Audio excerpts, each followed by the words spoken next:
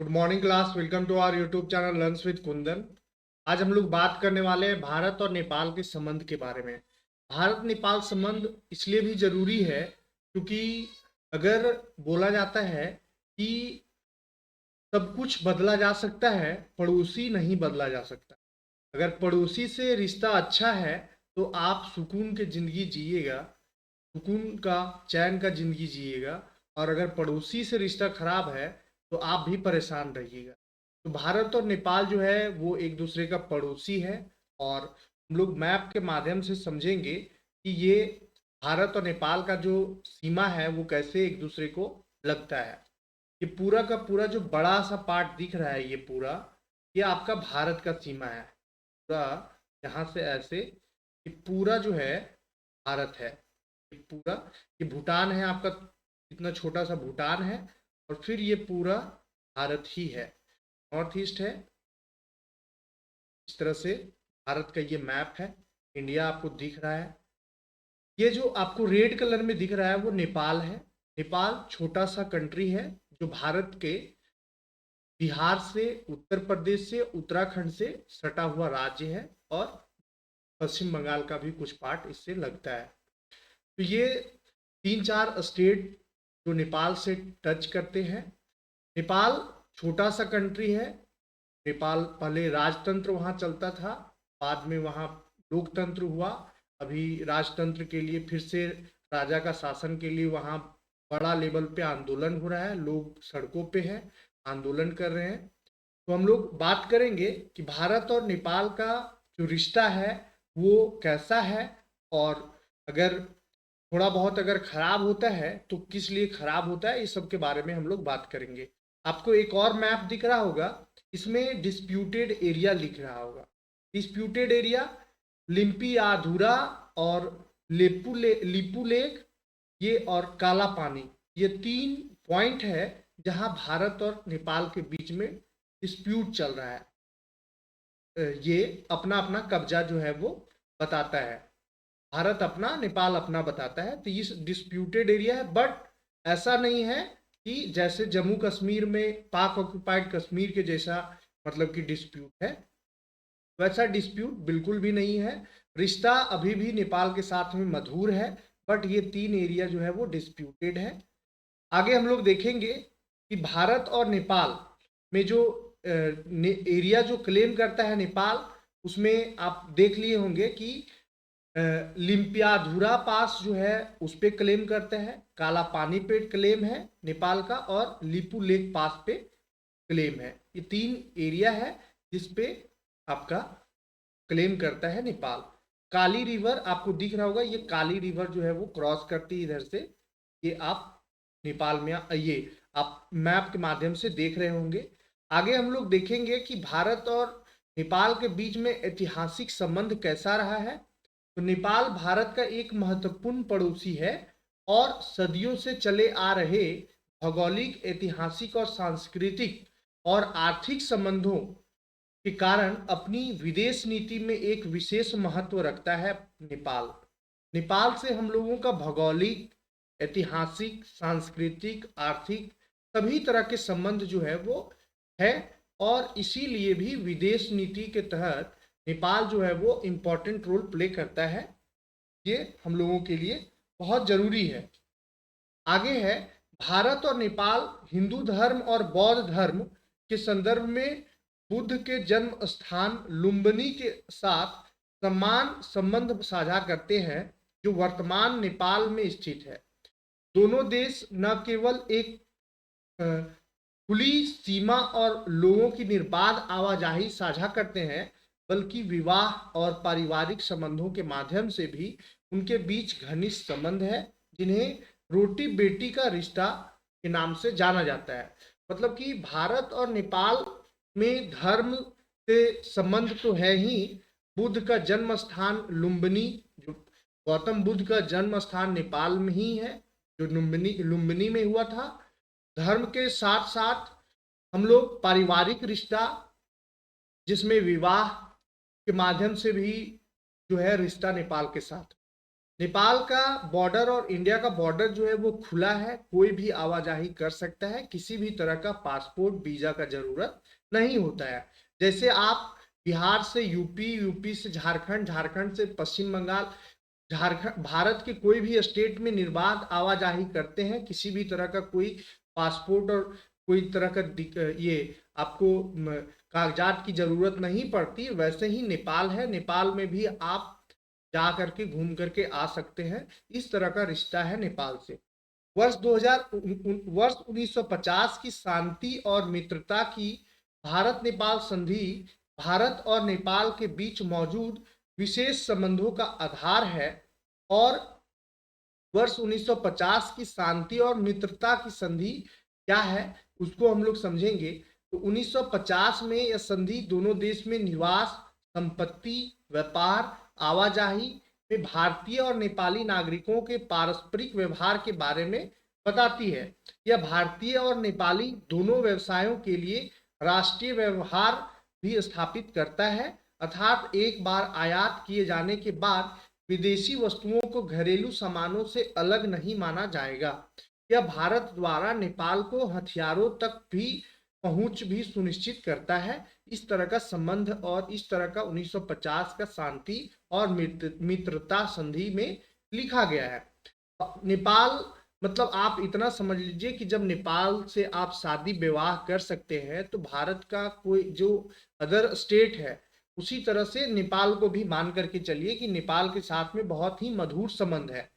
भारत के लिए नेपाल का क्या महत्व है, तो नेपाल 5 भारतीय राज्यों जिसमें उत्तराखंड है, उत्तर प्रदेश है, पश्चिम बंगाल है, सिक्किम है और बिहार है के साथ सीमा साझा करता है। इसलिए सांस्कृतिक और आर्थिक आदान प्रदान का महत्वपूर्ण बिंदु है।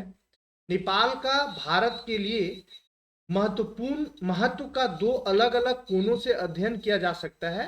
पहला है कि भारत का राष्ट्रीय सुरक्षा के लिए उनका सामरिक महत्व है और दूसरा अंतर्राष्ट्रीय राजनीति में भारत की भूमिका में उनका स्थान है। नेपाल भारत की हिमालयी सीमाओं के ठीक बीच में है और भूटान के साथ यह एक उत्तरी सीमा के रूप में कार्य करता है और चीन से किसी भी संभावित आक्रमण के खिलाफ बफर राज्यों के रूप में कार्य करता है। वो नदियां जिनका उद्गम स्थल नेपाल में है, पारिस्थितिकी और जल विद्युत क्षमता के संदर्भ में भारत की 12 मासी नदी प्रणालियों को पोषित करती है। नेपाल की नदियां कई हिंदू और बौद्ध धार्मिक स्थल जो नेपाल में है, जो इसे बड़ी संख्या में भारतीयों के लिए एक महत्वपूर्ण तीर्थ स्थल बनाता है। दोनों देशों के बीच सहयोग के क्षेत्र में व्यापार और अर्थव्यवस्था चलता है। बाकी दुनिया से व्यापार के लिए पारगमन प्रदान करने के अलावा भारत नेपाल का सबसे बड़ा व्यापार भागीदार और विदेशी निवेश का सबसे बड़ा स्रोत है। वर्ष 2018-19 में कुल द्विपक्षीय व्यापार 57,858 करोड़ रुपये, जिसको 8.27 अरब अमेरिकी डॉलर तक पहुंच गया था वर्ष 2018-19 में, जबकि भारत में नेपाल का निर्यात 3,558 करोड़ रुपया 508 यूएस डॉलर मिलियन डॉलर था। नेपाल को भारत का निर्यात 54,300 करोड़ रुपये यानी 7.76 बिलियन अमेरिकी डॉलर था। विनिर्माण सेवाओं, बैंकिंग, बीमा, शुल्क, बंदरगाह, बिजली क्षेत्र, पर्यटन, उद्योग आदि में लगी भारतीय फर्में जो है वो नेपाल में काम करती है। कनेक्टिविटी के माध्यम से नेपाल एक भू आबद्ध देश होने के कारण 3 तरफ से भारत से घिरा हुआ देश है। भारत से तीनों साइड से भारत से घिरा हुआ है नेपाल, और एक तरफ तिब्बत की ओर खुला हुआ है जहां बहुत सीमित वाहनों की पहुंच होती है। भारत नेपाल ने लोगों के बीच संपर्क बढ़ाने और आर्थिक विकास को बढ़ावा देने के लिए विभिन्न संपर्क कार्यक्रम शुरू किए हैं। भारत में काठमांडू को रक्सौल से जोड़ने वाला इलेक्ट्रिक रेल ट्रैक बिछाने के लिए दोनों सरकारों के बीच समझौता ज्ञापन पर हस्ताक्षर किए गए हैं। भारत व्यापार और पारगमन व्यवस्था के ढांचे के भीतर कार्गो की आवाजाही के लिए अंतर्देशीय जलमार्ग विकसित करना चाहते हैं। नेपाल को सागर, हिंद महासागर के साथ सागरमाथा माउंट एवरेस्ट को जोड़ने के लिए समुद्र तक अतिरिक्त प्रदान करता है। इस तरह से कनेक्टिविटी जो है नेपाल के साथ में बहुत ही सुगम है और भारत सरकार जमीनी स्तर पर बुनियादी ढांचे के निर्माण पर ध्यान केंद्रित करते हुए नेपाल को विकास सहायता प्रदान करती है। सहायता के क्षेत्रों में बुनियादी ढांचा, स्वास्थ्य, जल संसाधन और शिक्षा और ग्रामीण और सामुदायिक विकास शामिल है। और रक्षा सहयोग में द्विपक्षीय रक्षा सहयोग में उपकरण और प्रशिक्षण के प्रावधान के माध्यम से नेपाली सेना को उसके आधुनिकीकरण में सहायता देना शामिल है।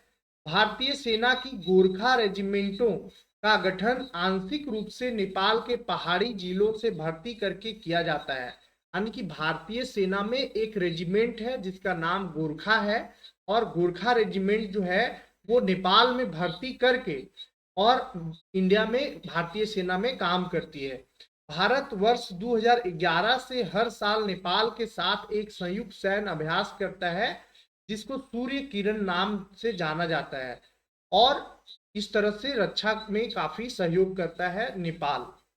नेपाल के विभिन्न स्थानीय निकायों के साथ कला और संस्कृति, शिक्षाविदों और मीडिया के क्षेत्र में लोगों से लोगों के संपर्क को बढ़ावा देने की पहल की गई है।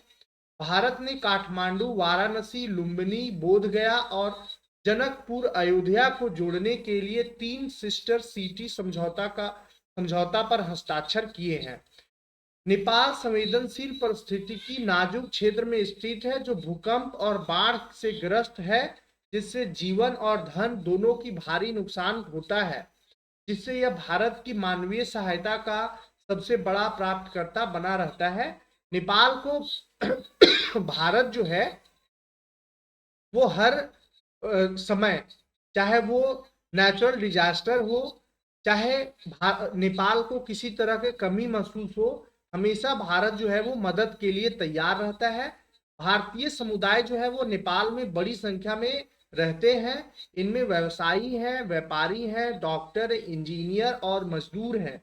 निर्माण क्षेत्र में मौसमी प्रवासी सहित शामिल है। इसमें बहुत कोई नेपाल में रहता है। बहुपक्षीय साझेदारी में भारत और नेपाल, BBIN, बांग्लादेश, भूटान, भारत और नेपाल बिम्स्टेक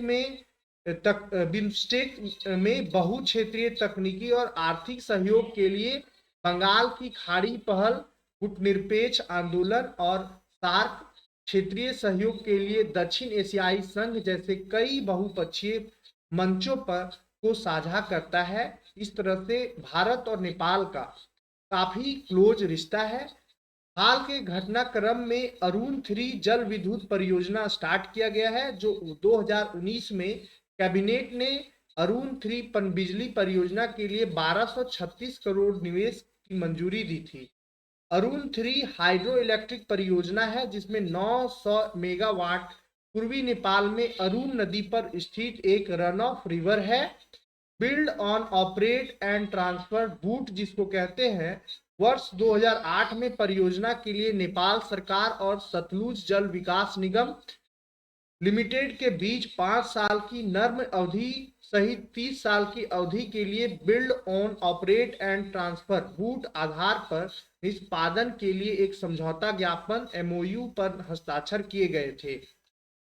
बौद्ध और संस्कृति विरासत के लिए अंतर्राष्ट्रीय केंद्र है नेपाल। भारत के प्रधानमंत्री की यात्रा के दौरान उन्होंने लुम्बिनी मठ के क्षेत्र में भारत अंतर्राष्ट्रीय बौद्ध संस्कृति और विरासत केंद्र के निर्माण का शुभारंभ करने के लिए शिलान्यास समारोह किया गया था।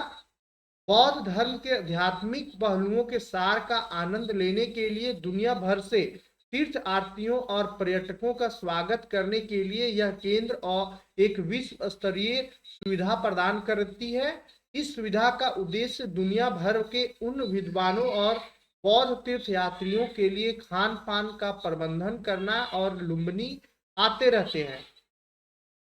जल विद्युत परियोजना में दोनों नेताओं ने 490.2 मेगावाट अरुण 4 जल विद्युत परियोजना के विकास और कार्यान्वयन के लिए सतलुज जल विद्युत निगम लिमिटेड और नेपाल विद्युत प्राधिकरण के बीच 5 समझौता पर हस्ताक्षर किए गए हैं।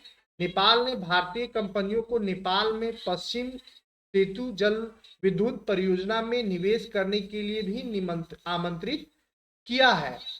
सैटेलाइट कैंपस की स्थापना किया गया है। भारत ने रूपदेन्ही में भारतीय प्रौद्योगिकी संस्थान, जिसको आईआईटी कहते हैं, का एक उपग्रह परिसर स्थापित करने की पेशकश की गई है और भारतीय और नेपाली विश्वविद्यालयों के बीच हस्ताक्षर करने के लिए कुछ मसौदा समझौता ज्ञापन भेजा गया है। पंचेश्वर बहुउद्देशीय परियोजना, नेपाल ने कुछ लंबित परियोजनाओं पर चर्चा की, जैसे पंचेश्वर बहुउद्देशीय परियोजना 1996 में नेपाल और भारत के बीच हस्ताक्षरित महाकाली संधि की एक महत्वपूर्ण शाखा, और पश्चिम सेती जल विद्युत परियोजना एक जलाशय प्रकार की परियोजना जिसकी अनुमानित क्षमता 1200 मेगावाट है। सीमा पार रेल लिंक है। जयनगर बिहार से कुर्था नेपाल तक 35 किलोमीटर के क्रॉस बॉर्डर रेल लिंक के संचालन को आगे बिजलपुरा और बर्दीबास तक बढ़ाया जाएगा। डबल सर्किट ट्रांसमिशन लाइन, एक अन्य परियोजना में 90 किलोमीटर लंबी 132 केवी डबल सर्किट ट्रांसमिशन लाइन शामिल है, जो टीला टोलू खुम्बू को भारतीय सीमा के करीब मिर्चैया सिराहा से जोड़ती है। इस तरह से बहुउद्देशीय परियोजना इसके अतिरिक्त रेलवे क्षेत्र में तकनीकी सहयोग प्रदान करने वाले समझौता, अंतर्राष्ट्रीय सौर गठबंधन में नेपाल के शामिल होने और पेट्रोलियम उत्पादों की नियमित आपूर्ति सुनिश्चित करने के लिए इंडियन ऑयल कॉरपोरेशन और नेपाल ऑयल कॉरपोरेशन के बीच में समझौता पर हस्ताक्षर किए गए हैं। चुनौतियां क्या है? तो चुनौतियां हैं प्रादेशिक विवाद, जो भारत नेपाल संबंधों में मुख्य चुनौतियां में से एक काला पानी सीमा मुद्दा है।